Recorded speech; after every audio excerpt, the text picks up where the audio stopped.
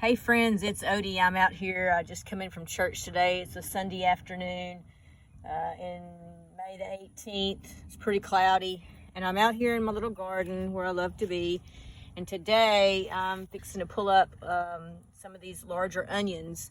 The tops have fell over, and I'm gonna pick them and get them to cure. And the only reason I'm showing you this is, number one, this is my first year really to grow onions successfully. In the past, I've grown onions and they were much smaller than even this one right here.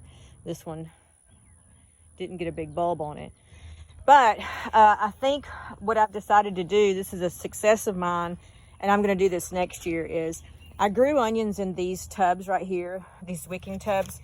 Inside of that tub is one of these. Now this is just like a French drain piece, and there's little holes all through it.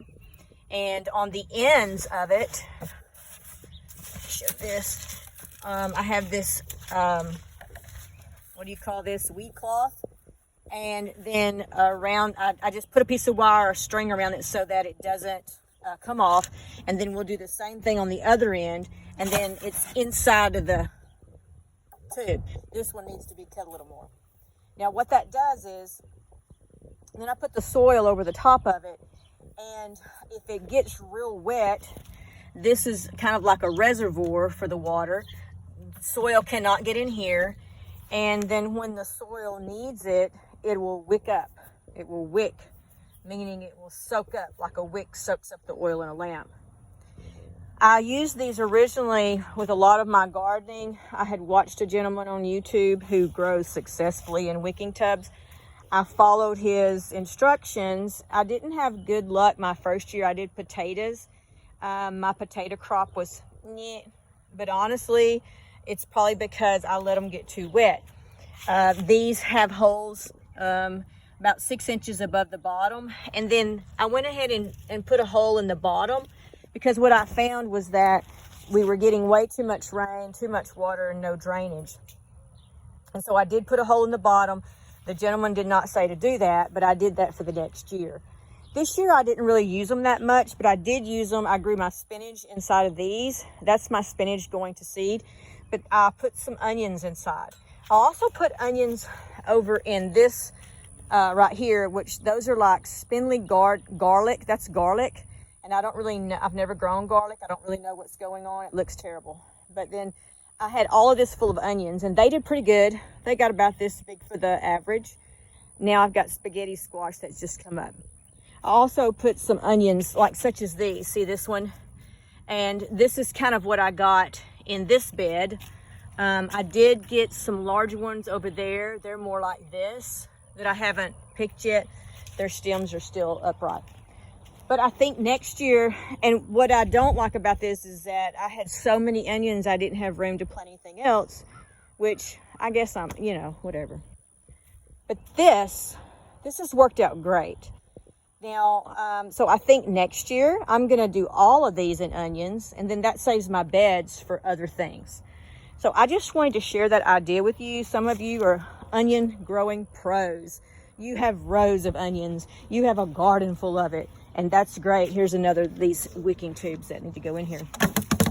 But for me, who doesn't want a lot of garden, I just want kind of enough, and I like to do it gradual.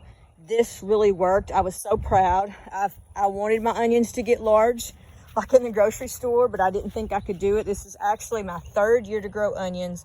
The first year they all died. The second year they were like that big only.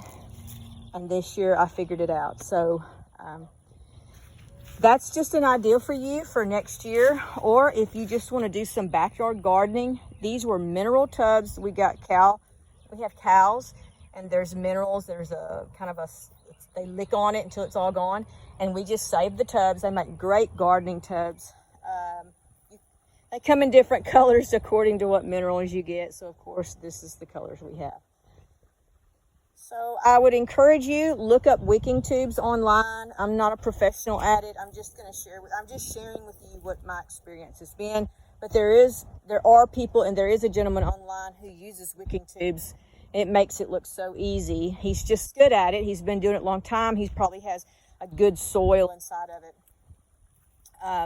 So that's my share with you today, my onion growing and how I grew them and how to set up the wicking tube.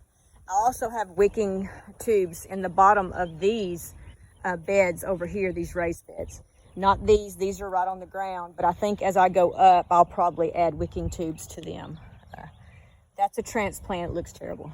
Anyway, happy gardening. I hope your garden's doing well. I feel like this is a struggle this year for some reason. I'm not sure why. Way too much rain, way too much cloud coverage. And now it's about to get steaming hot, so I can't remember if it was like this last year or not. All right, go get a wicking tube. Go get you a tub. You can grow in buckets. You can grow in anything. You don't have to have a huge garden. You don't have to have a lot of space. Happy gardening. Happy Sunday. I hope you took a chance to get out and worship the Lord today. And if not, just look around you. He's all around you, and He loves you.